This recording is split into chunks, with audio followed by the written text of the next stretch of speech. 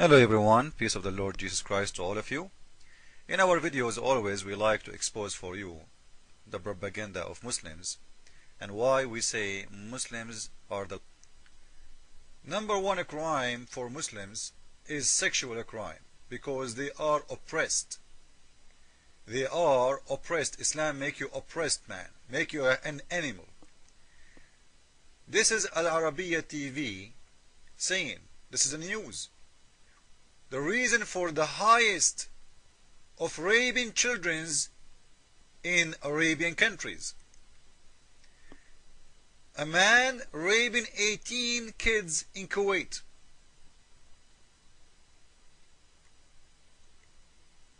We go down. All of it is about crime, by the way. Raping kids in Morocco. 52 sexual crime in Egypt alone. 52,000 sexual crime in Egypt alone. 52,000 rape in Egypt in the year 2006. And the Muslims, they are telling you that Islam will make you better, when their religion and their countries is countries of crimes. And by the way, when the Muslims report in their countries sexual crimes, this will not be include crimes against your wife, because in Islam you can do whatever you want to your wife, you can rape her. Those are about strange women raped by strange men. 50,000 in Egypt alone. So if we go and we make a study about all around the Muslim world, we will find maybe 52 million being raped last year. So the Muslims talking about better life, better citizen will be happening if you convert to Islam when your countries is countries of filth. Last one we can trust always. They are a bunch of liars. Their message, a message of hate and message of lie.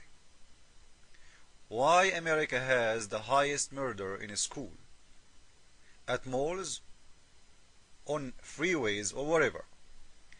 And here they are saying 12,000 murder in America every year. Listen carefully, guys.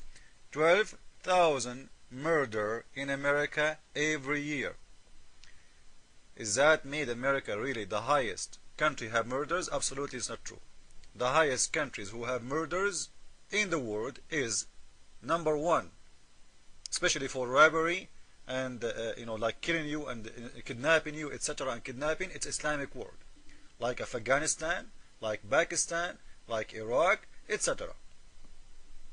But we will stop in this number in America, and we will talk about America for now.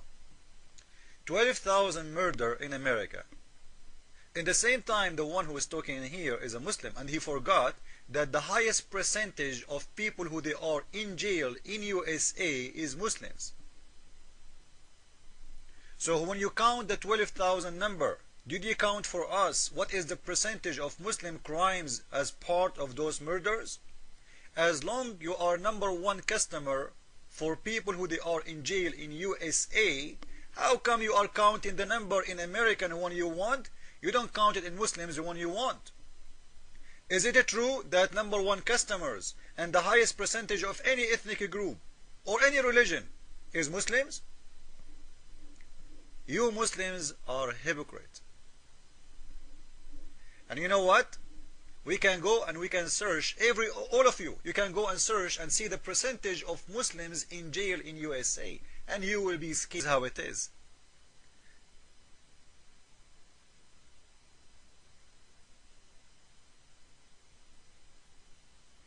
And they are saying, by the way, look at this.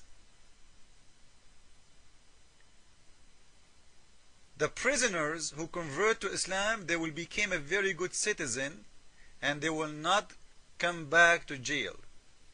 And they are talking here, if you notice, about human rights. Do you believe it? Muslims are talking about human rights. And we will show you that according to the Human Rights Watch, that number one enemy for a human right is Islamic organization. All of them with no exception. Muslims are fighting for a human right? Is that right? Unbelievable how Muslims do lie. Let us see and watch together and we will laugh.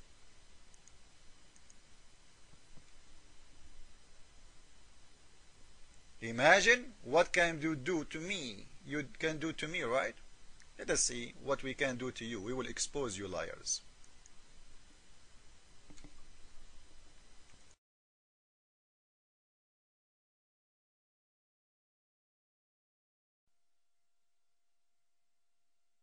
For peace around the world, blah, blah, blah, blah, blah, blah.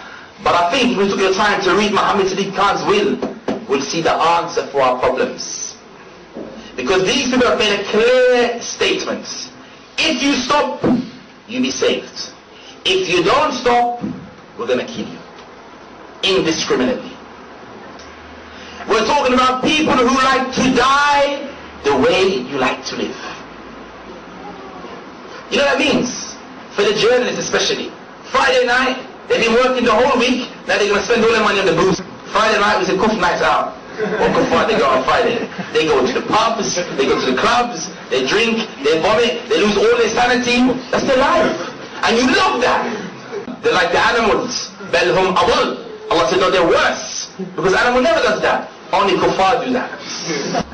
Is George W. Bush and his sidekick Haman, Tony Blair. And I said, La'natullah al-Bush for Blair. Allah cursed them. That's right. Bin Laden, he offered, before 7/7, by a few months, he made a statement when he offered to the European public. He never addressed the governments, because when the offer of Sulh, or Hudna, when the offer of Hudna, of the truce, he offered to you, madam, non-Muslim, and you, sir, non-Muslim, offered to you, because the rest of us are Muslims, so we never support the government anyway. He offered to you, offer of truce. And did you respond, madam? Did you respond, sir? No. Therefore, you're to blame as well. People talk about 9/11. They said 9/11, 3,000 killed. I was watching it just the other day on the news. SubhanAllah. That was a day that changed many people's lives. Especially those inside the tower. There was one woman, a black woman, if you remember her, in 9/11. She came out of the smoke and she... I'm going to cry. It's so touching, honestly. She came out and she said, she's covered inside dust, smoke. And she goes, I was here the last time as well.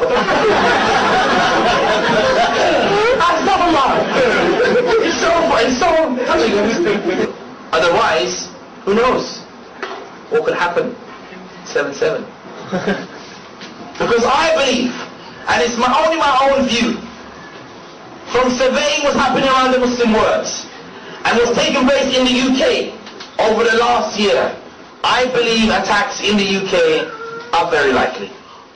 And I refer once again to the chief of police lands, stop supporting those tyrant regimes, and then maybe then, just then, as Bin Laden said in one of his statements, the offer of truce was there for all of us.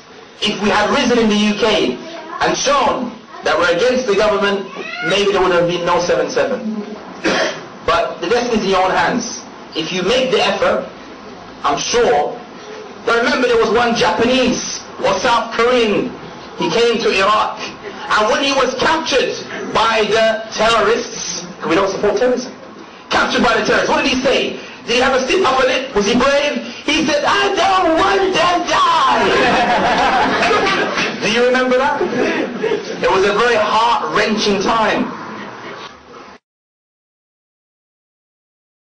Human Rights Watch's annual World Report. This document, some 556 pages, looks at developments in 73 countries plus the European Union.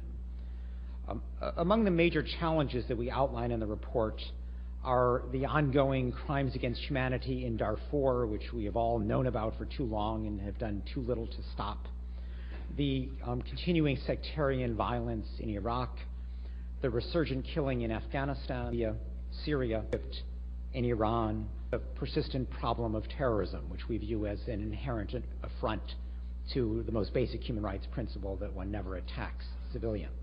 Is that the enemies of human rights enforcement, Groups like the Organization of Islamic Conference are running circles around the European Union.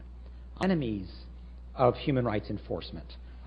Groups like the Organization of Islamic Conference are running circles around the European Union. That the enemies of human rights enforcement. Groups like the Organization of Islamic Conference are running circles around the European Union.